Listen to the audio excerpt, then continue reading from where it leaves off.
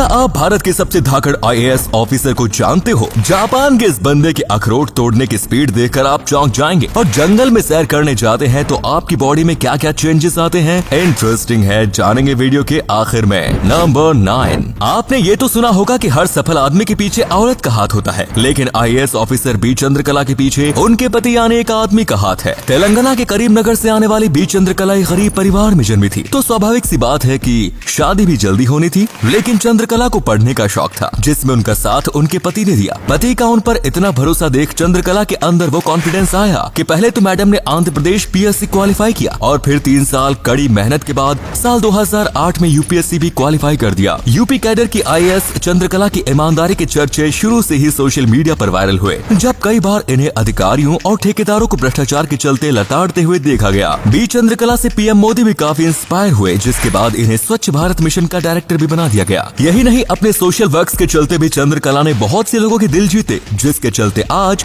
ये प्रत्येक भारत की इंस्पिरेशन है, खास करके लड़कियों की।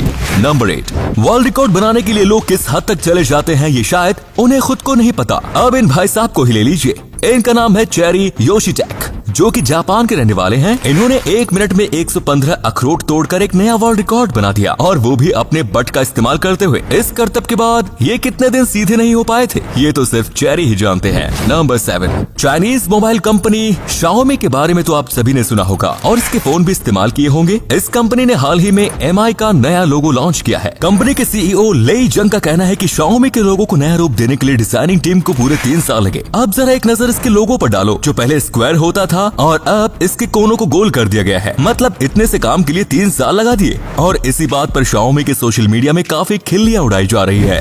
नंबर 6, मशरूम के काफी हेल्थ बेनिफिट्स होते हैं, पर चाइनीज लोग मशरूम को कुछ ज्यादा ही पसंद करते हैं, इसीलिए उनकी लगभग हर डिश में आपको मशरूम तो मिल ही जाएगा। पर क्या आप जानते हैं कि चाइना के लोग मशरूम की पूजा भी करते हैं? इस मशरूम का नाम है एलिफेंट फुट, जिसका कारण है इसका बड़ा साइज। साउथ वेस्ट चाइना के यूहान में रहने वाले एक 81 साल के व्यक्ति ने अपने खेत में मशरूम उगाए, जिनमें से एक मशरूम काफी लंबा होगा। 84 सेंटीमीटर लंबा ये मशरूम देखकर लोगों ने इसे चमत्कार से जोड़ दिया, और अब इस मशरूम की पूजा की जाती है, और हर दिन यहाँ 30,000 लोग आते हैं, वो भी सिर्फ इस मशरूम को देखने। नंबर 5, भारत में कई ऐसे गाँव है जहाँ आज भी प्रॉपर बिजली की सप्लाई की कोई सुविधा नहीं है। ऐसा ही गाँव था बिहार के जहानाबाद डिस्ट्रिक्ट का, जिसका नाम था धरनाई। इस गाँव के लोग बिजली की जरूरतों को पूरा करने के लिए डीजल बेस्ड जनरेटर्स और गाय के गोबर का इस्तेमाल करते थे, जो महंगा होने के साथ साथ एनवायरमेंट के लिए अच्छा भी नहीं होता था। पर 2014 में ग्रीन पीस के सोलर पावर्ड 100 किलोवाट माइक्रोग्रिड के लॉन्च के बाद ये गांव भारत का पहला ऐसा गांव बन गया जो कि पूरी तरीके से सोलर पावर का इस्तेमाल करता है। इस गांव में रहने वाले सभी 2400 लोग सिर्फ सोलर एनर्जी का इस्तेमाल करते हैं। नंबर 2, स्टेचू अक्सर एक ही पोज बनाकर खड़े होते हैं, और एक टाइम बाद उनकी अहमियत लोगों के बीच कम हो जाती है, और इसी को ध्यान में रखते हुए डिजाइन किया गया है। चैटी गार्गोइली को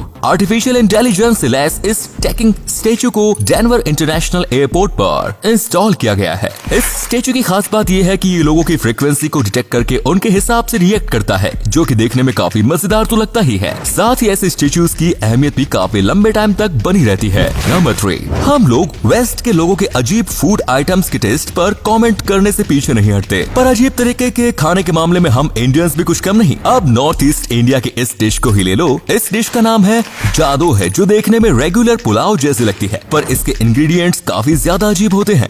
जादू को बनाने के लिए चिकन के खून और सुअर की आंतों का इस्तेमाल किया जाता है। इस डिश को नॉर्थ ईस्ट इंडिया में रहने वाली जैंतिया ट्राइब काफी शौक से खाती है।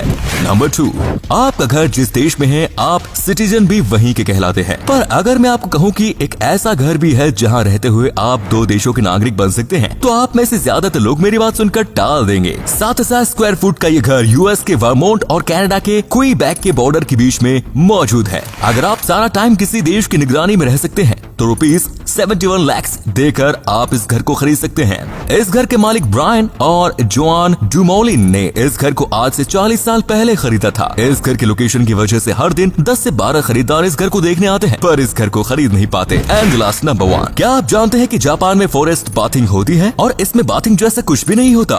वेल, ये एक हीलिंग प्रोसेस है, जहाँ घने पेड़ों के बीच शांत माहौल में लोग नेचर को करीब से फील करते हैं। नंगे पैरों से घास पर चलना, पेड़ों को हक करना और घास पर लेटकर बैठकर आसमान को निहारना, ये सब करने से दिमाग को सुकून और बॉडी को एक अलग ही रेस्ट मिलता है। ये इतना पॉपुलर है कि ये कॉन्सेप्ट अब इंडिया में भी चल पड़ा है। उत्तराखंड के रानीखेत में ये फॉरेस्ट बाथिंग सेंटर तैयार किया गया है, जहाँ लगे ऊंचे ऊंचे पाइन ट्रीज के लोग हक करने आते हैं और बताते हैं कि यहाँ आने से एक अलग ही रिफ्रेश मिलता है। जानकारों का ये भी कहना है कि ये सच में काफी कारगर है, क्योंकि पाइन ट्रीज में फाइटोसाइड होता है जो अपने आप को माइक्रोवेव से बचाता है और इसके पास जाने से यही कंपाउंड हमारी बॉडी में माइक्रोबीज से लड़ने में हमारी मदद करता है। तो ये तो कमाल ही हो गया दोस्तों। यहाँ जाने से नेचर के नजारे मिलेंगे और साथ ही बॉडी में छुपी बीमारियां। दोस्तों अगर आपको ये वीडियो अच्छा लगा तो आप अपने दोस्तों के साथ इसे शेयर जरूर करें। इससे हमें मोटिवेशन मिलता है और भी अच्छी वीडियोस लगातार बनाते रहने के लिए। अपने 5 मिनट देने के लिए बहुत बहुत धन्यवाद। ऐसे ही वीडियोस देखते रहने के लिए सीक्रेट इंडियन टीवी को अभी फॉलो करें। धन्यवाद।